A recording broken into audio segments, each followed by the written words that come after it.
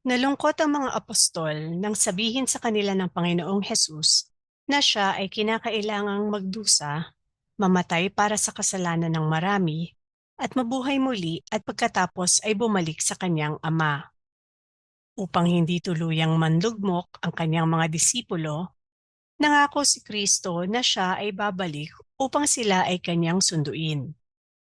At sinabi niya, "Alam ninyo ang aking daraanan." Sa sandaling ito, nagsalita si Tomas, "Panginoon, hindi namin alam kung saan ka pupunta. Paano namin malalaman ang daan?" Sumagot si Kristo, "Ako ang daan at ang katotohanan at ang buhay. Walang makaparoroon sa Ama kundi sa pamamagitan ko." Ibig sabihin, sa pamamagitan niya, ang mga magtitiwala sa kanyang salita ay makararating sa Ama. Karamihan ng ating mga kababayan ang magsasabi na sila ay naniniwala kay Kristo, subalit wala naman silang pagtitiwala sa kanyang mga salita at pangako. Sa paggawa ng mga mabuting gawa, nagkakaroon sila ng kumpiyansa na malaki ang kanilang tsansa na makapasok sa pintuan ng paraiso.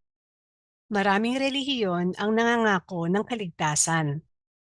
Dahil mahirap para sa mga Pilipino ang maghusga kung ano ang tama o maling relihiyon, at dahil ayaw nilang makasakit ng damdamin ng ibang tao, ang sasabihin na lang nila ay, isa lamang ang pupuntahan ng lahat ng relihiyon, sa langit.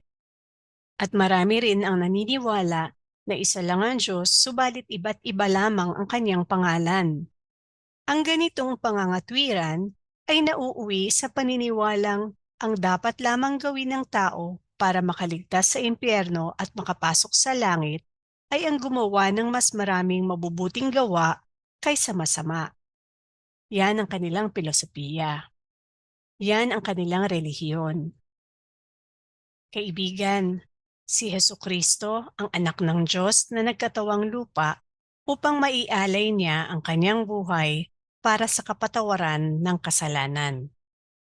Ang ikalimang pangako ni Kristo sa mga lumalapit at naniniwala sa Kanya ay siya ang magdadala sa kanila sa tahanan ng Diyos Ama.